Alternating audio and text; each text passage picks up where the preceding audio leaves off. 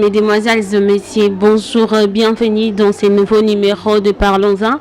une émission présentée par votre humble servante Doriane. Et derrière la caméra, là, je vois monsieur Kabouya. Babi Moussala Kitoko, Bomona Isa grâce à Kabouya. Et grand merci Nanga Nazo Pesana, ingénieur merveille pour Moussala Kitoko. Lelo Tokobeta Lisolo Nini, Tokobeta Lisolo ya Mboka Nabiso Congo, le Lenge Nini Mboka Nabiso Ezali Kotambola, par rapport ya Kinbo Peto, par rapport ya réaction ya peuple congolais na France vis-à-vis à président, par rapport à ce qui se passe dans notre pays, Tokosola moi Mouké, et Tokozala na besoin pe ya ba réaction na bino étant que congolais par rapport ya Mai Tokosolo la. Tobeta Lisolo ya Kinbo Peto, Tomoni Kinbo Peto, ndenge yemoko le garant de la nation, le président de la République appuya Kiango par rapport ya propriété na mboka na biso et tomoni apesa ki pe bal na ba bourgmestre pour na ko gérer yango bien. Pasi ezali wapi na o etali Kinbo Peto tokotala na ba différentes communes na biso ya Kinshasa, salité ezali makasi. Toyebi ke salité ebendaka maladi, salité zo benda ma ebele na kati na nzoto na moto. Tandis que pe toza na ba difficulté, souffrance eza na mboka. Tant le président lancé makambo ya Kinbo Peto na se ya bokondi ya Gentil Bilawa azali gouverneur de la ville et ça là qui est sengo pona nini eko diminuer moi ba difficulté, ba maladie, ba souffrance. Mais tozo mona awa salité eza makasi. Salité soki oye na commune ya Matete lelo mbule beti bosoto moko ozomona ke bato bazotambola na malade alors que ebola pe ye toyebi te tokosuka wapi na mboka na biso ya Congo et pasi eza wapi pasi eza mingi tomoni président de la République abwakaki bale pa ya ba bourgmestre alobi bambongo oyo bakongolaka na wenze nde bapesa ba jeune mpona propriété ya mboka mais ezali pasi parce que tozomona même ba bourgmestre donc bakoti na musala akozwa même bandeko na ye atietie un peu partout bazokongola bambongo maintenant tant bapesi charge ya ville ya Kinshasa et pas ya bourgmestre oh budget nanu kutu esalami te soki bakongoli mbongo akoki kopesa pe mutu 500 francs 1000 francs après musala. Est-ce que ba jeune wana bakozala na makasi ya kosala musala chaque fois niveau ezala na mwa budget moko oh mutu nyonso ayebi ke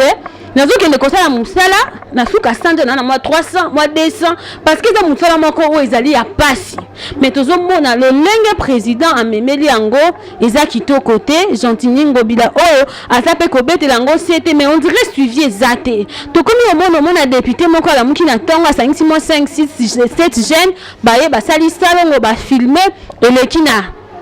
communication moko ya lingala bamona ke ezali bazosala musala alors que komi ba aventure pour mboka na biso toyebi te Kinbo Peto eza slogan to ezali vraiment ya solo alors que le président de la République a betela kango sete yango nde ezosala pasi mingi na biso bato tozo vivre na Congo et toza exposé na ba maladie ebele tokomi wapi na mboka na biso Congo et tokomona président de la République apesi Kabimbongo balobi plus de 200 000 $ et pas ya ba jeune et apesi mwasi ya président Omar Bongo 500 000 $. Mbongo wana pona ngai kokabeza mabete ezali mutu nyonso pe kozana don ya kokaba parce que balobi soki opesi et kopesa melayo mais oli ya kopesa mbongo wana et pas ndeti mwasi wana je crois pas zangi mbongo azana ba millions ozi mbongo wana opesi yango et pas ya ba jeune oyo baza kosala musala pona mboka pour que mboka ekende liboso donc wana eza kobwaka esika babima bele ya malamu pour que mboka ekende liboso kopesa ba individu musu bakimela wana mbongo bazosala loyenge wana eza ba aventure tokomi wapi yango tozosenga na président de la République vraiment atala sima na mai o bazoloba na Kinbo Peto kosalela yango vraiment suivi parce que toyebi ba déchet wana ya ba salité wana soki bazui yango ezate ke bakobwaka yango na poubelle pe bakoki kosalela yango ba gaz ekoki kokotisa pe mbongo na mboka biso moko pe tobénéficie na yango donc ezosenga vraiment basuivi ya makasi pour que tomona basolution tokomi wapi na kati ya Kinbo Peto tokobeta lisusu masolo ya réaction ya ba bande kona biso bazali na ba mboka mikili ya poto par rapport ya président de la République ezo sala pasi na motema komona bande ko babwaki drapeau ya RDC balati ya Zaïre tokomi wapi ça fait mal nga vraiment esanga pasi komona vraiment mon président le président de la République ba oyaye bazo sala e bongo pourquoi bazo sala président bongo to senga na président atala pe sima tozo mona bazo zikisa effigie ya président pa bato ya PPRD to komi wapi président azali président de la République le garant de la nation yende azana liloba mutu akoki ko manipuler président te to mona pe ba réaction ya bato misusu par rapport à président bato mona neti président azana autorité te koto bazikisi koto nini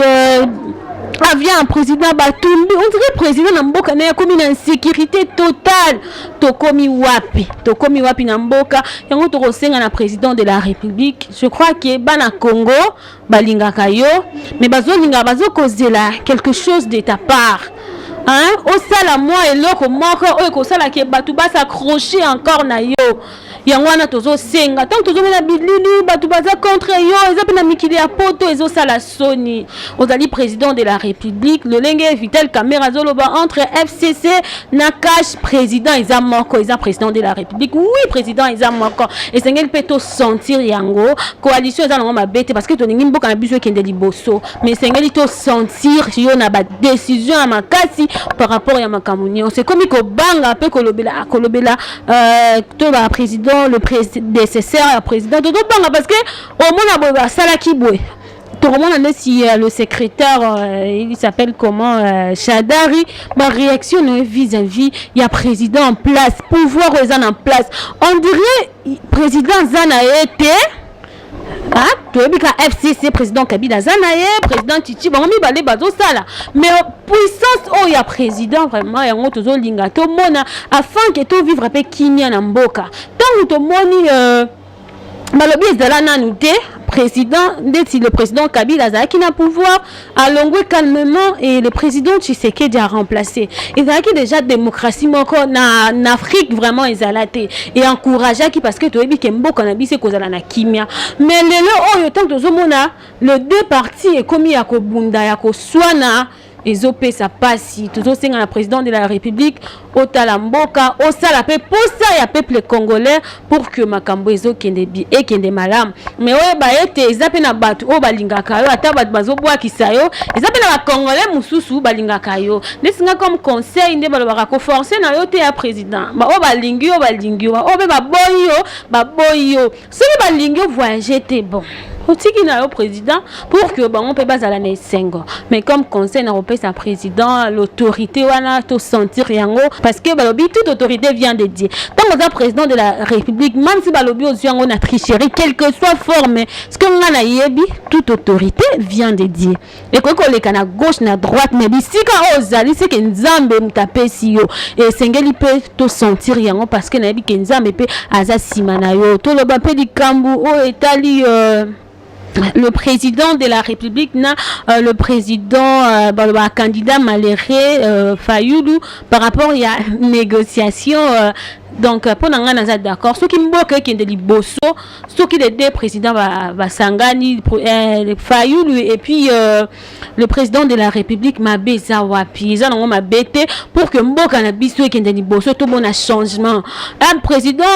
Fayoulou a zwa quitter peut-être en 2023 et kozala yo donc ba action au sala et comme mboka na biso na changement et tant yo kozwa bonga to ebi ke to kokende di susu na émergence mboka na biso e kokende di boso donc na komi na suka na pesi vraiment merci na bino oyo bokozali baku ya kolanda e balobi ba reproche na bino et ça la ka bien ba commentaire na bino et zo senga bino bo s'abonner massivement na Océan du Congo et bokozala jamais déçu parce que ba news ya bo bokozala kan Océan du Congo merci na équipe technique pour na musala kitoko quant à moi je vous dis au revoir et à la prochaine bye.